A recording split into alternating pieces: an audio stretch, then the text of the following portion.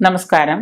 സകല ദുഃഖവും തടസ്സങ്ങളും അകലാൻ ഗൗരി വ്രതം സ്ത്രീകൾക്ക് സർവ്വ നന്മകളും പ്രത്യേകിച്ച് ദാമ്പത്യ ജീവിതത്തിൽ സകലവിധ നേട്ടങ്ങളും കൈവരിക്കുന്നതിന് വേണ്ടിയാണ് ഗൗരി വ്രതം നമ്മൾ ഉത്തമമായിട്ട് അനുഷ്ഠിക്കുന്നത്.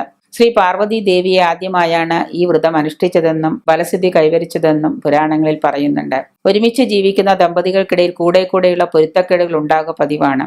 കേവലം ഈ നിസ്സാരമായ കാര്യങ്ങളെ ഉണ്ടായിരിക്കുള്ളൂ എങ്കിലും അവർ തമ്മിൽ എപ്പോഴും അടിയും വഴക്കും ഇടിയായിരിക്കും. ഈ പൊരുത്തക്കേടുകൾ ഉണ്ടാകാതിരിക്കുന്ന നമ്മുടെ പൂർവികന്മാര് മുനിശ്രേഷ്ഠന്മാർ ആവിഷ്കരിച്ചിട്ടുള്ള വ്രതമാണ് ഗൗരി വ്രതം. പണ്ട് ശിവഭക്തനായ ഒരു യോഗീശ്വരൻ ഉണ്ടായിരുന്നു. അദ്ദേഹം ശിവനൊഴികെ മറ്റൊരു ദേവീ ദേവന്മാരെയും പൂജിക്കുകയോ ആരാധിക്കുകയോ പ്രദക്ഷിണം വയ്ക്കുകയോ ചെയ്യുമായിരുന്നില്ല. അപ്പോൾ ഈ ഗൗരി വ്രതം അനുഷ്ഠിക്കുന്ന എങ്ങനെയാന്ന് വെച്ച് കഴിഞ്ഞാല്, ഈ ഗൗരി വ്രതം അനുഷ്ഠിക്കുന്നത് കൊണ്ട് നമ്മള് ശിവപാർവതിമാർ ഒരുമിച്ചിരിക്കുന്ന വേളകളിൽ ഈ യോഗീശ്വരൻ ഒരു തന്ത്രം പ്രയോഗിച്ചു. ഒരു വണ്ടിന്റെ ആകൃതി കൊണ്ട് അദ്ദേഹം ശിവപാർവതിമാർക്കിടയിലൂടെ നുഴഞ്ഞു കയറി ശിവനെ ചുറ്റി വലം വെച്ച് ബന്ധിക്കുമായിരുന്നു. ഒരു വണ്ടിന്റെ പോലെ ശിവഭഗവാനെ മാത്രം ചുറ്റി വലം വയ്ക്കും. അപ്പം ഈ യോഗിവരന്റെ പരോക്ഷമായ പെരുമാറ്റം ശ്രീ പാർവതിക്ക് ഒട്ടും തന്നെ രസിച്ചില്ല. ശിവഭക്തന്മാരുടെ ഐക്യത്തിൽ വേറുകൃത്യം കൽപ്പിച്ച ഭക്തന്മാർക്കിടയിൽ ആശയക്കുഴപ്പമുണ്ടാക്കാൻ പോകുന്ന ഈ യോഗിയുടെ പ്രവൃത്തിയില് പദവിക്ക് വല്ലാതെ ദേവിക്ക് ദേഷ്യമുണ്ടായി. അങ്ങനെ ഈ യോഗി ഒരു അസ്ഥിപഞ്ജരമായി തീരട്ടെ എന്ന് ശ്രീ പാർവതി ദേവി ശപിക്കുകയും ചെയ്തു.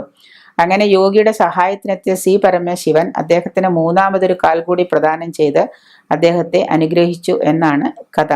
അപ്പോൾ നമ്മൾ ഈ ഗൗരി വ്രതം അനുഷ്ഠിക്കുന്നത് കൊണ്ട് 21 ദിവസം നീണ്ടു നിൽക്കുന്നതാണ് ഈ കേദാര ഗൗരി വ്രതം എന്ന് പറയുന്നത്. വ്രതം കാലം കൂടുന്ന ദിവസം ദീപാവലി വരത്തക്കവണ്ണമാണ്. കന്നിമാസത്തിലെ അമാവാസിക്കടുത്ത് വരുന്ന അഷ്ടമി ദിവസമാണ് നമ്മൾ വ്രതം തുടങ്ങേണ്ടത്. ഏതാണ്ട് 21 ദിവസമാണ് ഈ വ്രതം ഉണ്ടാവുക. ഒരു കലശത്തിൽ വർണ്ണപ്പൊട്ടുകൾ കുത്തി ഭംഗി വരുത്തി വെള്ളം നിറച്ച് കുടത്തിന്റെ മുകൾ ഭാഗത്ത് മാവിലകൾ നിരത്തി വെച്ച് നാളികേരം സമർപ്പിച്ച് നമ്മുടെ പൂജാമുറിയിൽ സ്ഥാപിക്കണം. പൂജാമുറിയില്ലെങ്കിൽ ശുദ്ധമായ സ്ഥലത്ത് എവിടെയെങ്കിലും സ്ഥാപിക്കണം. എന്നിട്ട് പരമശിവനെ നമ്മൾ ഈ കലശത്തിലേക്ക് ആവാഹിച്ചതായി സങ്കല്പിച്ചുകൊണ്ട് കലശം സ്ഥാപിക്കുന്നത്. വ്രതം ആരംഭിക്കുന്ന ദിവസം 21 ഇഴകളുള്ള ഒരു മഞ്ഞ ചരടെടുത്ത് ഒരു കെട്ടിട്ട് കലശത്തിന് മീതെയുള്ള നാളികേരത്തിന്റെ പുറത്ത് വയ്ക്കണം. ഭാഗവത തിരുനാമ മന്ത്രങ്ങളെ ഉരുവിട്ടുകൊണ്ട് വ്രതമനുഷ്ഠിക്കുന്ന 21 ദിവസങ്ങളും ആ ചരടിന്മേൽ ഓരോ കെട്ട് വീതം ഇടണം.